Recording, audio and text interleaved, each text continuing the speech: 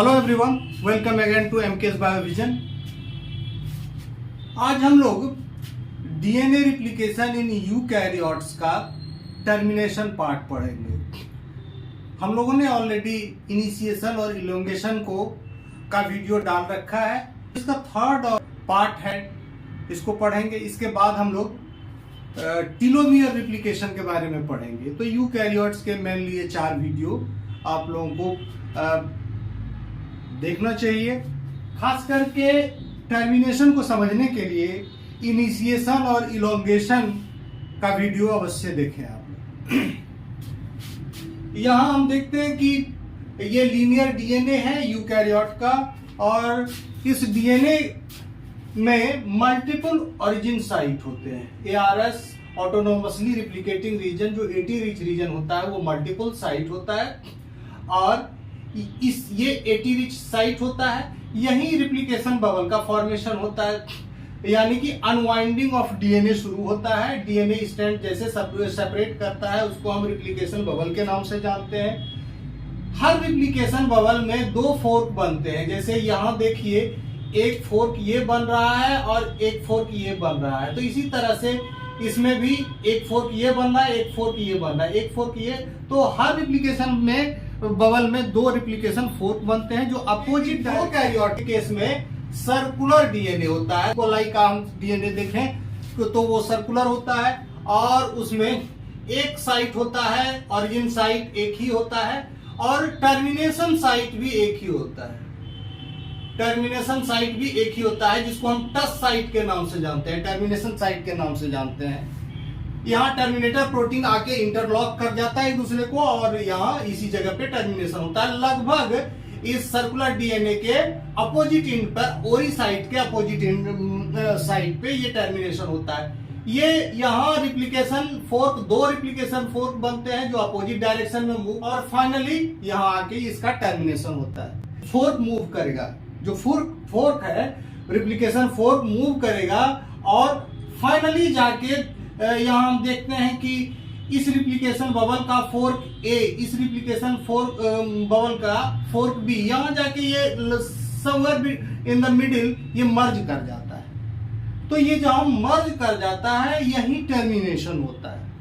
यहाँ दोनों तरफ के हेलिकेज आके स्टक हो जाते हैं, और यही टर्मिनेशन का पॉइंट होता है। यही एंजाइम बाद में डिसोसिएट होते हैं, और 2 सेपरेट स्ट्रैंड जो डीएनए का होता है, वो टोपोआइसोमरेज 2 के द्वारा सेपरेट कर दिया जाता है, यानी कि डीकैटिनेशन इसको कहते हैं। तो यहाँ हम लोग इस इंटायर प्रोसेस को स्टेप बाय स्टेप देखेंगे। तो यहाँ देख रहे हैं bidirectional elongation, fork migration in opposite direction. ये हर रिप्लिकेशन बबल में 2 फोर्क होते हैं, या 6 फोर्क है, अपोजिट डायरेक्शन में ये मूव कर रहा है। We have considered fork A and fork B for this diagram. इस डायग्राम के लिए हम लोगों ने, देखिए, एक फोर्क ये है, एक फोर्क ये है। तो A और B को मैंने कंसीडर किया है। A और B फोर्क है, ये किधर मूव कर रहा है? फोर्क मूव कर रहा है, इस डायरेक्शन में मूव कर रहा है, इस डायरेक्शन में मूव कर रहा है। देखिए, ये फोर्क A इस डायरेक्शन में मूव कर रहा है, B इस डायरेक्शन में मूव कर रहा है। तो बी इस डायरेक्शन में मूव कर रहा है। जैसे जैसे इलोंगेशन होता है, ये जो फोर्क होता है, वो आपस में they come close to each other, ये आपस में एक दूसरे से सट जाते हैं। हर रिप्लिकेशन फोर्क पर रिप्लिकेशन करने वाले एंजाइम्स होते हैं। एंजाइम्स में जो मुख्य एंजाइम है, वो है हेलिकेज, प्राइमेज और पॉलीमरेज। यूकैरियोट के केस में हेलिकेज MCM 227 होता है। प्राइमेज जो है, ये एक्टिविटी पॉलीमरेज अल्फा के द्वारा किया जाता है, प्राइमिंग। और पॉलीमरेज एंजाइम जो यूकैरियोट के केस में है, न्यूक्लियर पॉलीमरेज, वो पॉलीमरेज डेल्टा और पॉलीमरेज इप्सिलॉन है। Epsilon leading strand, polymerase epsilon leading strand पर सिंथेसिस करता है, जबकि डेल्टा जो है, ये लैगिंग स्ट्रैंड पर डीएनए का सिंथेसिस कराता है, यानी कि delta polymerase is responsible for the formation of Okazaki fragments. जो डीएनए का स्ट्रैंड है एंटी पैरेलल है, और देखिए यहाँ 5 प्राइम 3 प्राइम के डायरेक्शन में ये लैगिंग स्ट्रैंड है, और ये भी लैगिंग स्ट्रैंड है, ये भी लैगिंग स्ट्रैंड है, और यहाँ 5 प्राइम 3 प्राइम डायरेक्शन में सिंथेसिस हो रहा है, यहाँ भी 5 प्राइम 3 प्राइम डायरेक्शन में सिंथेसिस हो रहा है, ये लीडिंग स्ट्रैंड है। The key enzyme is helicase that unwinds, ये डीएनए को अनवाइंड कराता है, डीएनए को अनवाइंड कराता है। तो डीएनए को अनवाइंड कराने वाला हेलिकेज यानी कि MCM 227 है। यहाँ हम देख रहे हैं कि MCM 227 दोनों 4K MCM 227 ये MCM प्रोटीन एक दूसरे से सट गए।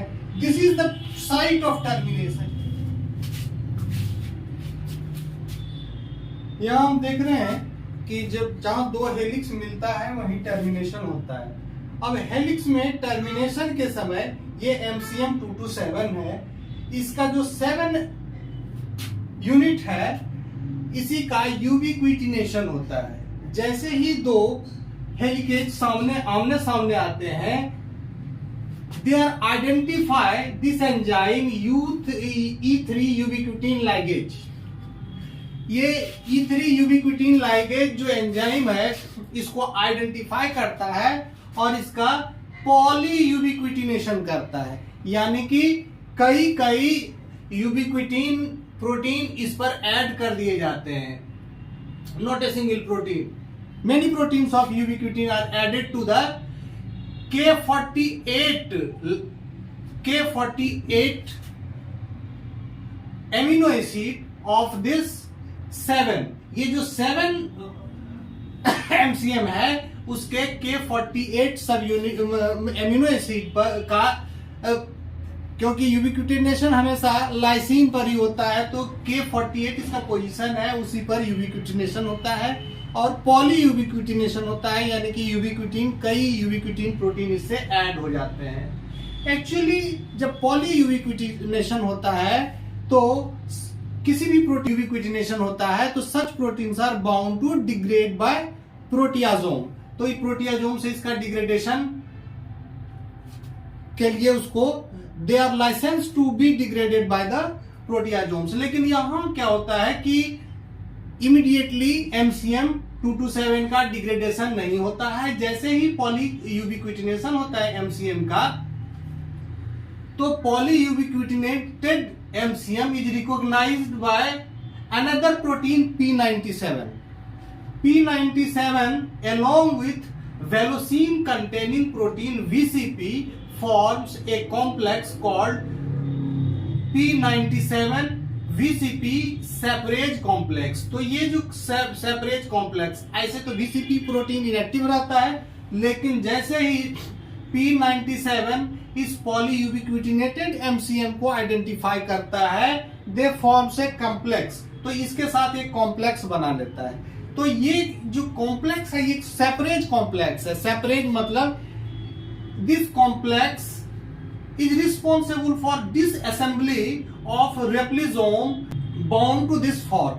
फोर्क के साथ जो भी रेप्लिजोम्स है, जो भी प्राइमेज है, पॉलीमरेज है, सभी को डिसोसिएट कराता है। इंटरस्टेंस become free from the protein, तो सभी डिसोसिएट कर जाते हैं, including CMG complex, including protease, primase, सभी डिसोसिएट कर जाता है। यहां मैंने देखा है ये we have not drawn a detailed diagram of all those proteins involved in the process।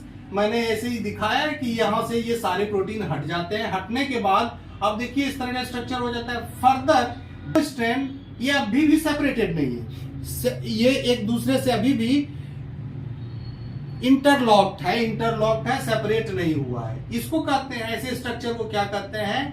कैटिनेटेड DNA. ये प्रोकैरियोट में भी होता है और यूकैरियोट में भी होता है, डीकैटिनेशन होता है। तो जहां ये इंटरलॉक है दोनों स्ट्रैंड डीएनए का, इसको अनलॉक कराने के लिए, यानी कि सेपरेट करने के लिए, one more protein is required, that is topoisomerase 2। और टोपोआइसोमरेज 2 को हम लोग जानते हैं कि ये दोनों स्ट्रैंड को कट करता है, दोनों स्ट्रैंड को कट करके पूरा का पूरा ये जो स्ट्रैंड है उसको सेपरेट कर देता है दोनों, यानी कि यहाँ जो पेरेंटल स्ट्रैंड है दोनों ब्लैक कलर से दिखाया गया है, पेरेंटल स्ट्रैंड दोनों सेपरेट हैं, और डॉटर स्ट्रैंड भी है, ये सेपरेट हो गए हैं। तो डीकैटिनेशन करता है ये टोपोआइसोमरेज 2 प्रोसेस को समझ लिया है ठीक तरीके से।